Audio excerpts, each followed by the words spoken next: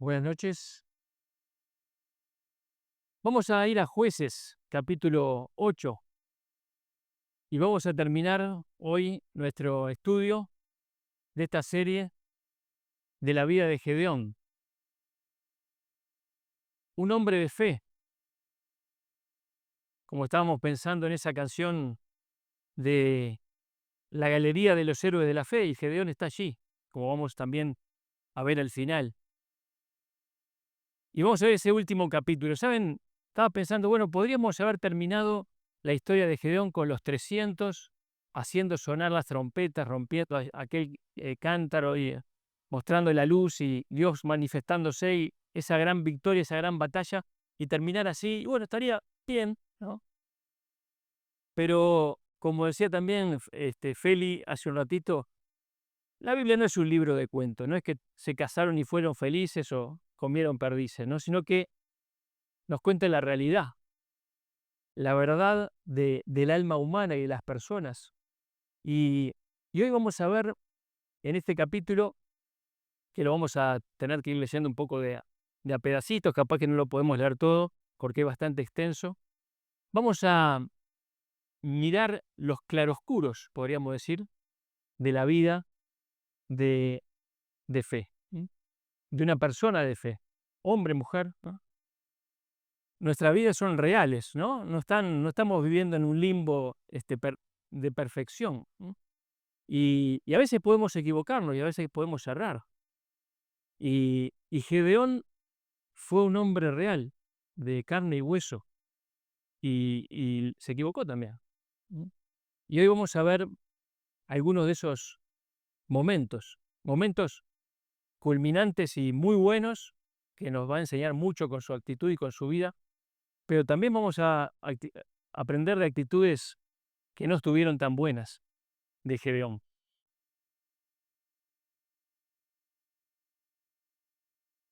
Me dijeron que retroceda.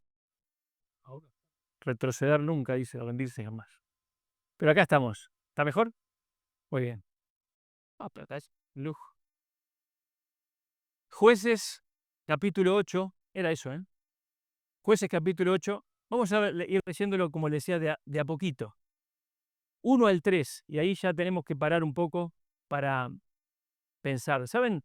Después de que los 300 actuaron y aquella batalla tan extraña en que se volvió cada uno contra su compañero, ya hubo bastantes bajas, podríamos decir, del enemigo, pero salieron corriendo, salieron en retirada, y allí Gedeón logró comunicarse con otras tribus, que nos dice por ahí el final del capítulo 7, eran la tribu de Aser, Neftalí y Manasés, que siguieron a los madianitas, y después se comunicó con la tribu de Efraín, que logró, podríamos decir, emboscarlos y vencerlos, ¿no? Y quedarse con los reyes Oreb y Seb, que eran parte de ese gran ejército. Algunos escaparon, como vamos a ver, pero eran una gran parte de ese gran ejército. Entonces, estos de Efraín, estos soldados, este ejército de Efraín, que era una de las tribus de Israel, fue la que le dio esa estocada final, podríamos decir,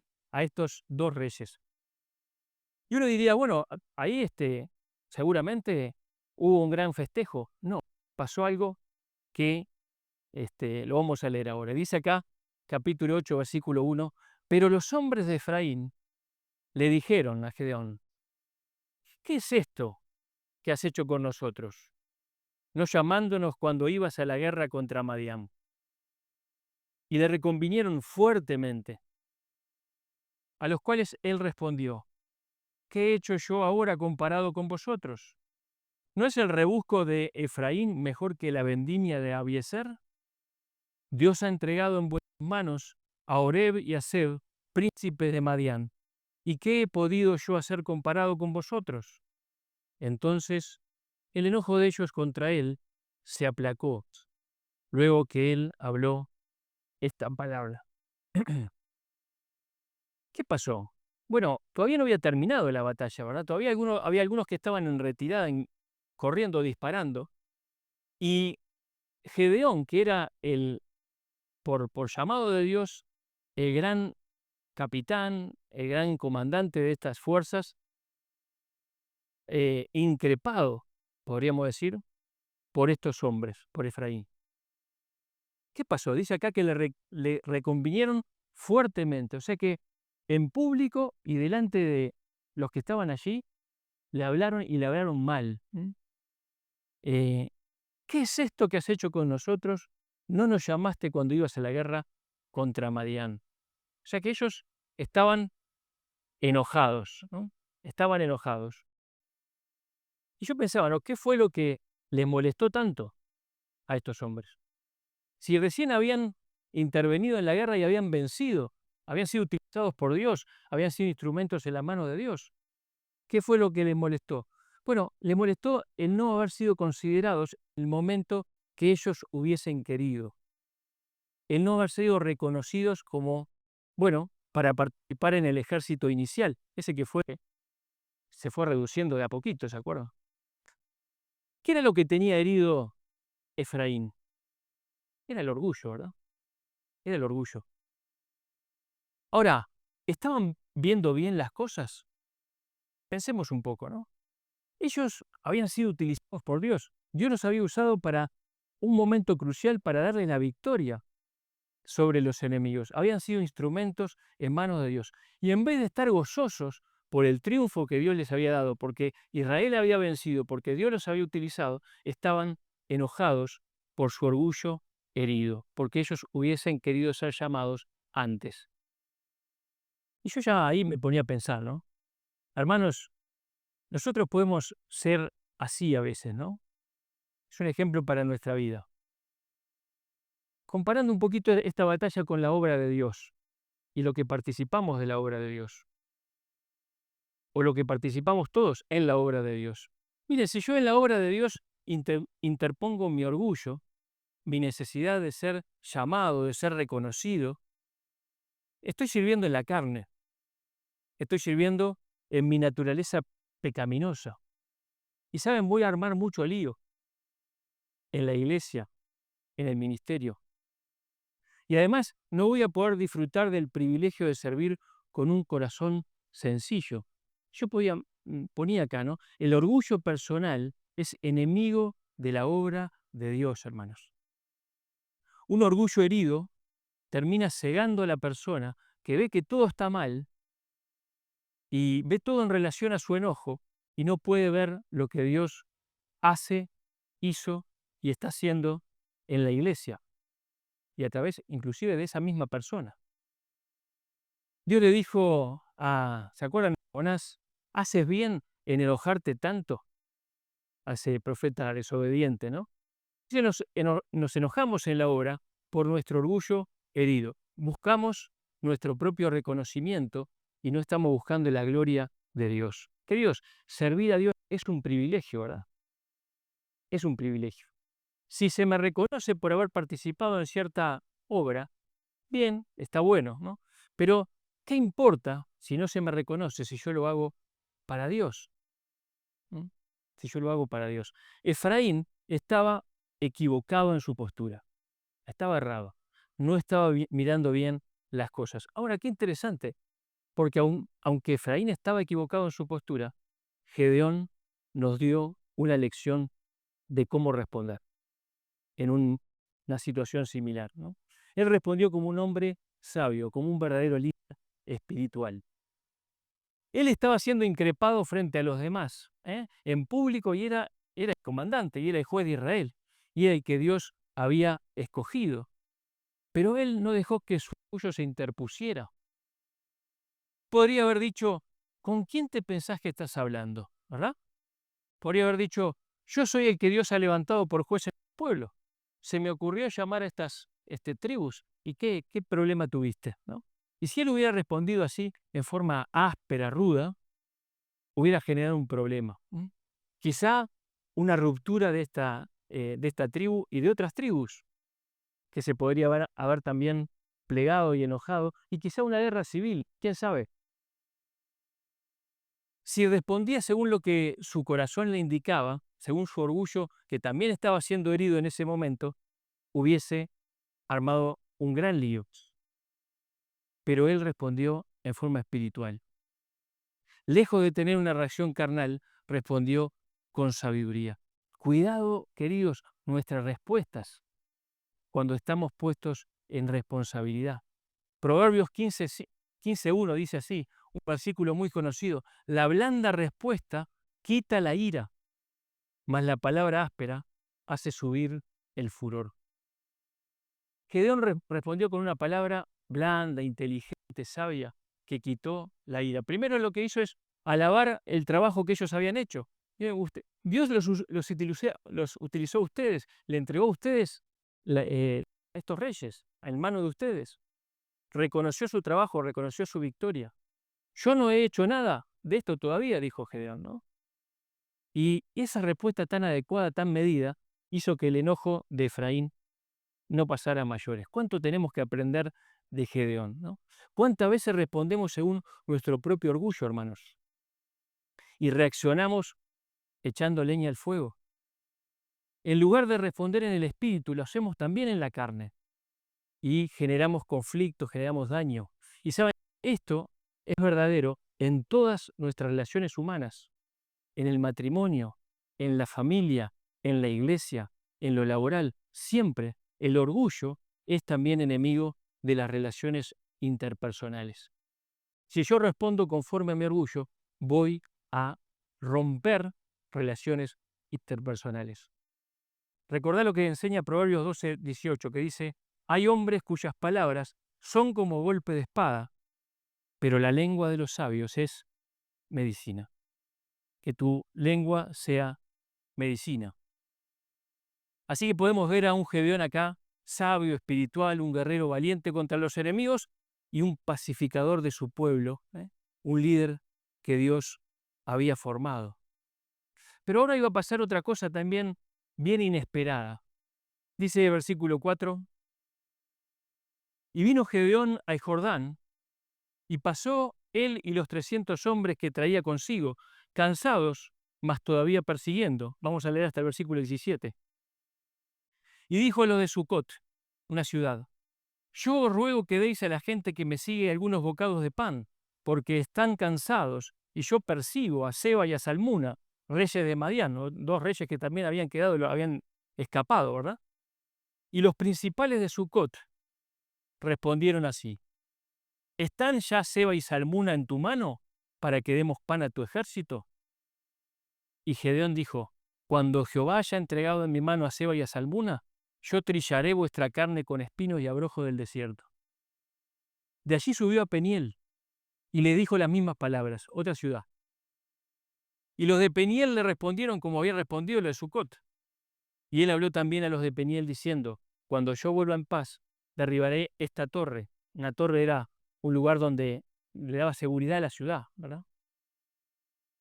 Y Seba y Salmuna estaban en Cancor, y con ellos todo su ejército, como de 15.000 hombres, los que habían quedado. Todos los que habían quedado de todo el ejército de los hijos de Oriente, pues habían caído 120.000 hombres que sacaban espada. Subiendo pues Gedeón por el camino de los que habitaban en tiendas al oriente de Nova y Jobea, atacó el campamento, porque el ejército no estaba en guardia. Y huyendo Seba y Salmuna, él los siguió y prendió a los dos reyes de Madián, Seba y Salmuna, y llenó de espanto a todo su ejército. Entonces Gedeón, hijo de Joás, volvió de la batalla antes que el sol subiese, y tomó a un joven de los hombres de Sucot, y le preguntó, y él le dio por escrito los nombres de los principales de los ancianos de Sucot, 77 varones, un piola bárbaro, ¿no? El muchacho este. Y entrando a los hombres de Sucot dijo: he aquí Seba y Salmuna, acerca de los cuales me saheristeis, me ofendisteis, diciendo: ¿están ya en tu mano Seba y Salmuna para que demos nosotros pan a tus hombres cansados? Y tomó a los ancianos de la ciudad, y espinos y abrojos del desierto, y castigó con ellos a los de Sucot. Asimismo derribó la torre de Peniel y mató a los de la ciudad. Qué tremendo, ¿no? Muchas cosas para pensar, para decir, para aprender, ¿no? Pasa el Jordán con los 300, no eran 299, 280, los 300, seguían todos allí. Ninguno había sido herido, ninguno había muerto. estaban cansados, pero persiguiendo. Seguían la obra. Aún estaban de pie. Estaban hambrientos, pero eran guerreros de Dios y aún cansados seguían para adelante. ¿Saben? Bueno que sea así con nosotros también, ¿no? Que nos cansemos en la obra, pero que no nos cansemos de la obra. Que nos cansemos porque nos gastamos para el Señor, pero que no nos cansemos de la obra de Dios. Ahora, cuando llegaron a la ciudad de Sucot, Gedeón pidió ayuda. ¿Qué estaba pidiendo? Alimentos para su ejército, para esos 300 hombres que estaban yendo a pelear por Dios, por Israel y también por los de Sucot mismo y los de Peniel, ¿verdad? Ellos estaban haciendo el trabajo de perseguir a los madianitas, de tratar de eliminar los enemigos que oprimían a Israel. Pero recibió una respuesta totalmente inesperada, desconcertante, podríamos decir, irritante, ¿no?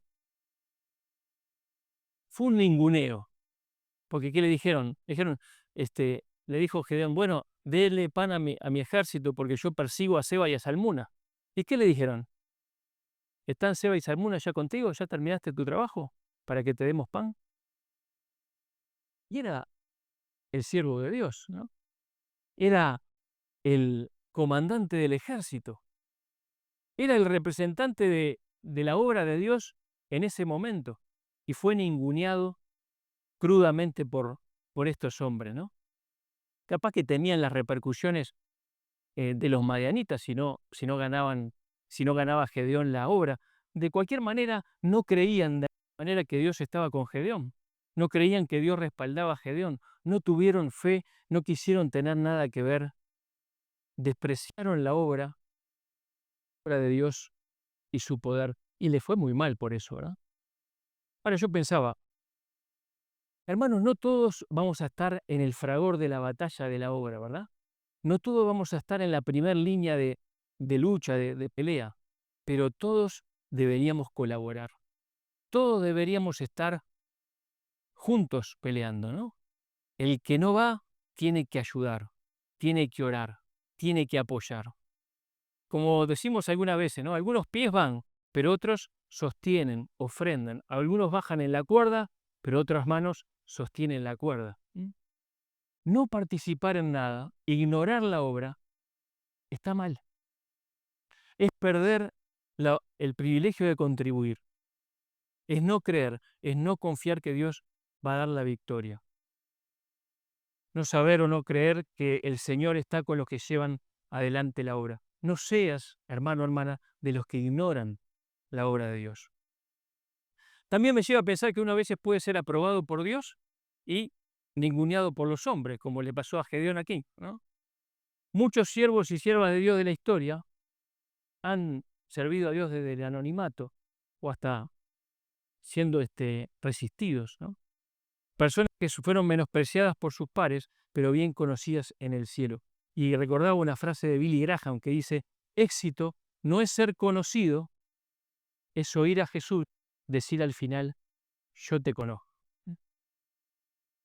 Ahora, esto no fue bien tolerado por Gedeón, ¿no? Esto era demasiado, ¿no? Porque Gedeón tenía una investidura, era el juez de Israel, era el comandante del ejército de Dios y estaba siendo ninguneado y también Dios estaba siendo despreciado.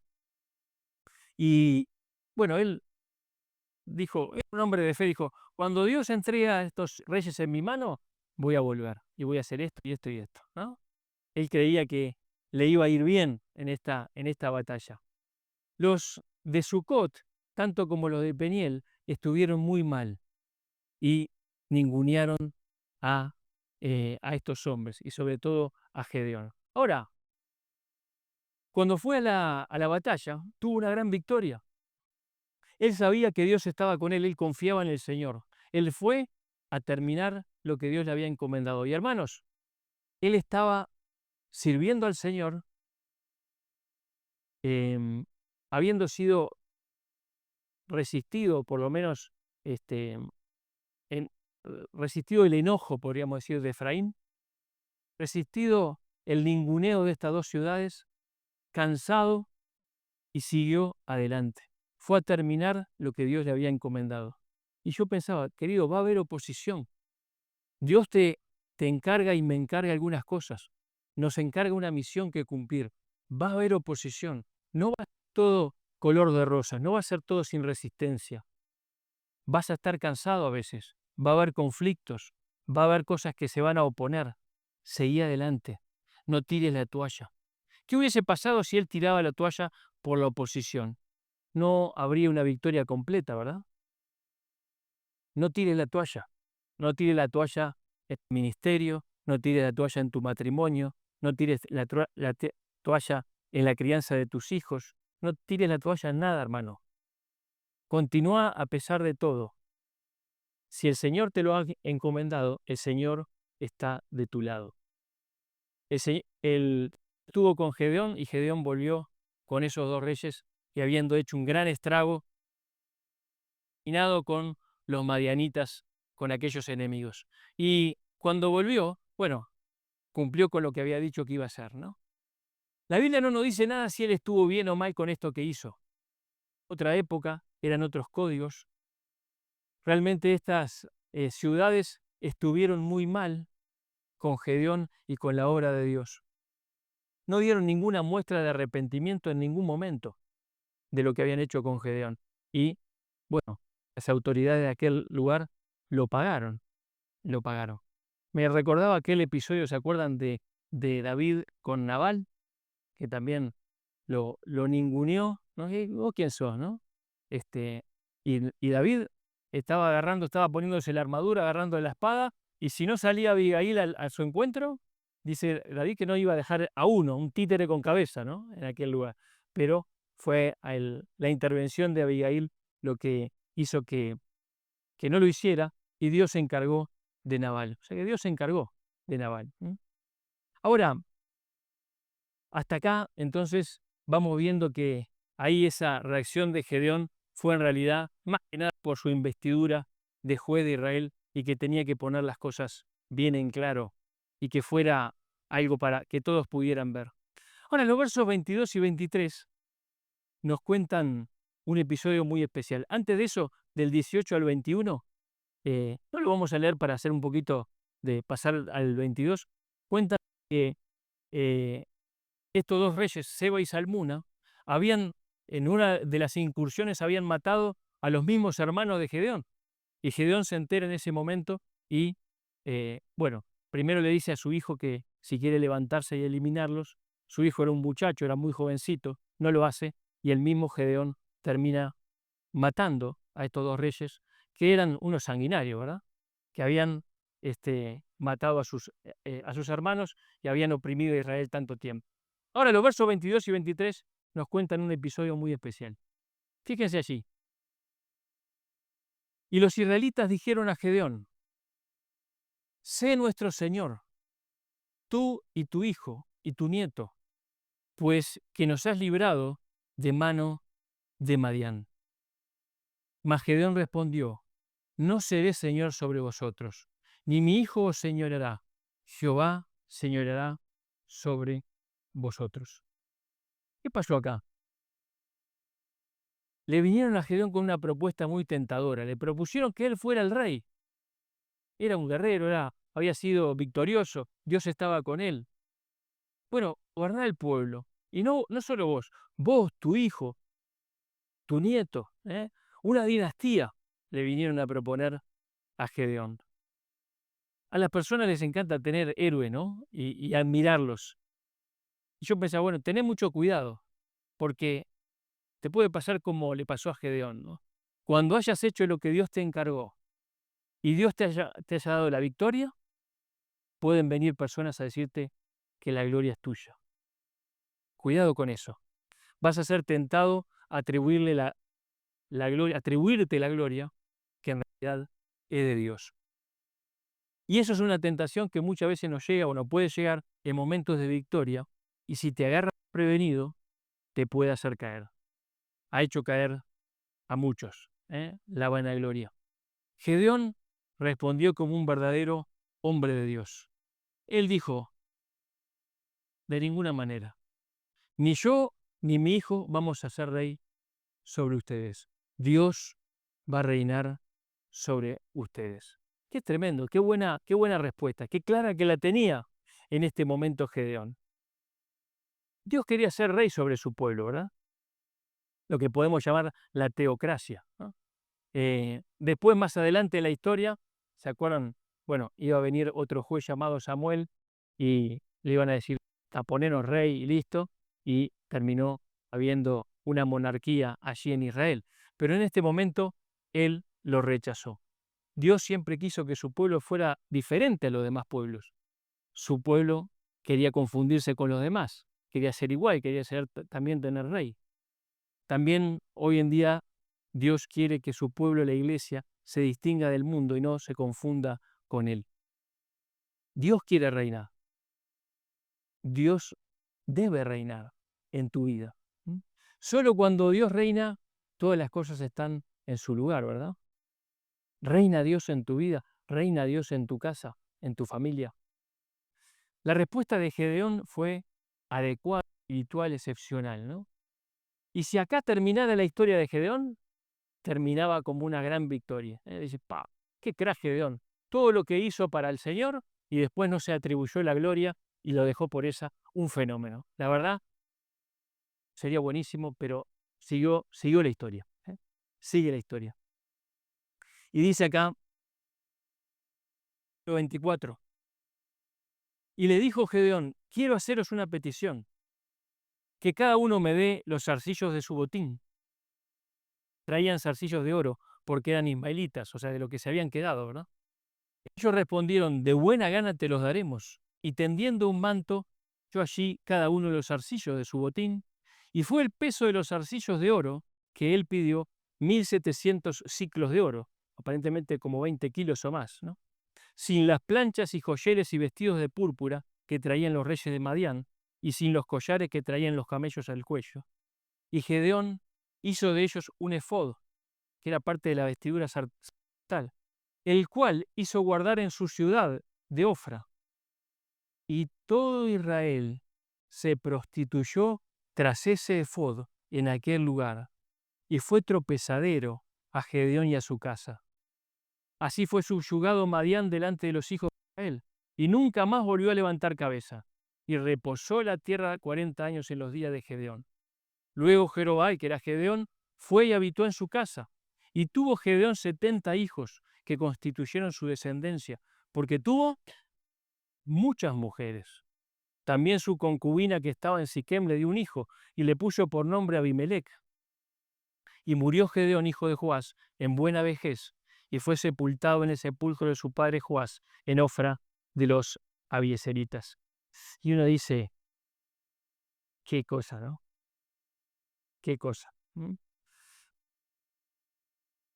Gedeón les había dicho, no voy a ser rey, no voy a reinar sobre ustedes.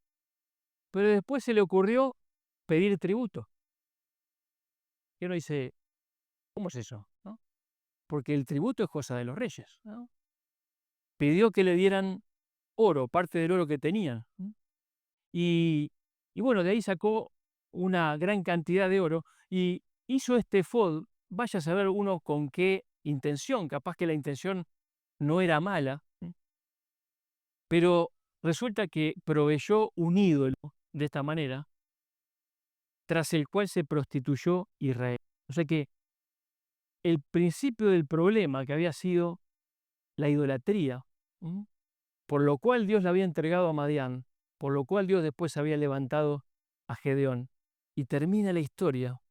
Gedeón, no sabemos si tenía una debilidad con el materialismo o qué le pasó acá, pero proveyó este efod y terminó siendo tropezadero, dice acá, tropezadero para él y su familia. Vamos a pensar en eso ahora. Qué tremendo, ¿no? Volvieron a caer. Qué poco, qué rápido volvieron a caer en lo mismo. ¿Saben, hermanos y amigos, ¿no? Esto ocurre cuando no hay regeneración, cuando no hay un cambio verdadero por dentro. Pueden cambiar tus circunstancias y capaz que por un tiempo no haces lo que hacías, pero tarde o temprano, si no fuimos cambiados desde adentro, volveremos a caer en el mismo pecado, en la misma debilidad. Cuando hay un ajuste externo y no hay un cambio, una transformación interna, es lo que puede pasar. Es algo parecido a lo que dice Pedro en 2 de Pedro 2:22, hablando de los falsos maestros, dice así: pero les ha acontecido lo del verdadero proverbio, el perro vuelve a su vómito y la puerca lavada a revolcarse en el cieno, ¿no? Hablando de los falsos maestros, ¿verdad? Pero es un ejemplo que podemos pensar cuando no hay regeneración, cuando no hay verdadera vida con Dios en el corazón, ¿no? Uno se puede dar una lavadita de cara, empezar a portarse bien, pero si no fue transformado en su corazón, si no recibió a Cristo como su Señor y Salvador, va a volver a caer tarde o temprano en las mismas cosas. Como decía un hermano hace unos días, aunque la vista de seda, mona queda, ¿no? Tiene que ser transformado el corazón. El cristianismo no es una fe, una creencia de ritos externos, exteriores y de portarme bien. El cristianismo es un cambio profundo y verdadero del corazón que solamente Jesucristo puede hacer a través del nuevo nacimiento. Acá ellos volvieron a caer en ese tropezadero, ¿no? Ahora dice, fue tropezadero a Gedeón y a su familia. Y yo pensaba, cuidado, hermanos, cuidado nosotros los que somos, hemos sido puestos como responsables de nuestra familia. Cuidado con nuestros tropiezos que hacen tropezar a nuestra familia. Cuidado con darnos licencias. Cuidado con, bueno, no pasa nada con esto. No, pasa sí, ¿no? Pasa. Y acá, como dice también allí en Eclesiastés, ¿verdad? Una pequeña locura, ¿no? Las moscas muertas hacen hereder el perfume del perfumista. Una pequeña locura, bueno, enchastra la vida, ¿no? De aquel que era estimado como sabio. Una mala decisión carnal que yo tomé como parte de mi familia, como representante o como más bien encargado de mi familia, va a tener necesariamente peso en toda mi familia. Cuidado, ¿eh? Gedeón hizo algo acá que fue de tropiezo a él, a su casa y a todo el pueblo. Ahora, dice acá que hubo reposo en la tierra. Creo que ¿sigo con esto? ¿Se escucha bien? ¿Sí? Dice que hubo reposo en la tierra. Pero es increíble, ¿no? Que en el reposo, cuando hubo tranquilidad, fue que se le complicaron más las cosas a Gedeón. Había bonanza, había tranquilidad, ya no había enemigos, pero Gedeón tenía muchas riquezas, empezó a tener muchas mujeres, y eso era cosa de reyes, ¿verdad? Entonces dice, Gedeón, ¿no era que no ibas a ser rey? ¿Y por qué pediste tributo? ¿Y por qué tuviste tantas mujeres? ¿Y por qué, dice acá, le puso a un hijo, tuvo un hijo con una concubina, y se le puso por nombre Abimelech? ¿Saben qué quiere decir Abimelech? Esto es bien interesante, ¿no? Abimelech es un nombre que quiere decir mi padre es rey. Tremendo, ¿no? ¿No era que no ibas a ser rey? ¿Qué estas cosas? Tuvo riquezas, tuvo un harén, tuvo hijos, 70, ¿eh? Era una demostración de poder también, ¿no? Tengo 70 hijos y los puedo mantener a todos, ¿no? Tuvo poder y parece que el poder terminó corrompiendo su vida de alguna manera, ¿no? Y yo pensaba, ¿no? Cuidado, porque vemos que Gedeón confió en el Señor en el fragor de la batalla y se agarró del Señor, pero en la rutina diaria tropezó. Cuando hubo bonanza, fue una prueba mayor para su carácter que aún la lucha. En la guerra dependió de Dios, pero en el reposo tropezó. Tropezó con el materialismo, tropezó con el poder, tropezó con la sexualidad, tropezó con el orgullo. Qué enseñanza, ¿verdad? A veces, cuando estamos en problemas, buscamos a Dios, ¿no? Y somos más tendientes a lo espiritual. Pero cuando estamos bien, cuando está en bonanza, empezamos a bajar los brazos, empezamos a bajar la guardia y nos pasa quizás lo que le pasó a Gedeón. Ahora, que la bonanza no nos sea tropezadero, ¿no? Que no bajemos la guardia. Dice Gálatas, Efesios capítulo 6, dice cuando habla de la armadura de Dios, dice que nos ciñamos con toda la armadura de Dios, porque después, cuando pase ahí lo más tremendo, dice, y habiendo pasado todo, estar firmes, habiendo acabado todo, estar firmes. Quiere decir, cuando pase lo peor, seguir estando firmes, ¿no? No bajar los brazos, no entregarnos. No podemos descansar en lo espiritual. Nunca se puede bajar la guardia, hermanos. El que quiere estar firme, tenga cuidado, mire que no caiga. Hay un dicho popular que dice, tanto nadar para morir en la orilla. Que no nos pase, hermanos. Que no nos pase. Uno quiere llegar hasta el final, pero hay que llegar hasta el final, ¿eh? La carrera no termina hasta que termina, ¿verdad? ¿Cuántas veces hemos visto esos videitos, ¿no? De personas que iban corriendo en una carrera, iban primeras, en una carrera capaz que, no sé, de muchos metros o de varios kilómetros, y de pronto entonces se descansan un poquito, empiezan a mirar al costado, y ahí uno lo pasa y llegan segundo o tercero, ¿no? No hay que bajar los brazos. La carrera no termina hasta que termina. Velar, estar atentos, estar firmes, tener cuidado de no caer. En el tramo final de la vida, Gedeón nos recuerda lo débiles que somos, lo frágiles que somos, lo pecadores que somos, ¿no? Solo podemos depender de Dios y de su obra a través de su Espíritu en nosotros y mantener firme la mirada en Cristo. Allí en Hebreos capítulo 11, como mencionaba Feli en la dirección, es mencionado el nombre de Gedeón. Y dice en Hebreos capítulo 11, ¿y qué más digo? Versículo 32, porque el tiempo me faltaría contando de Gedeón y de otros, ¿no?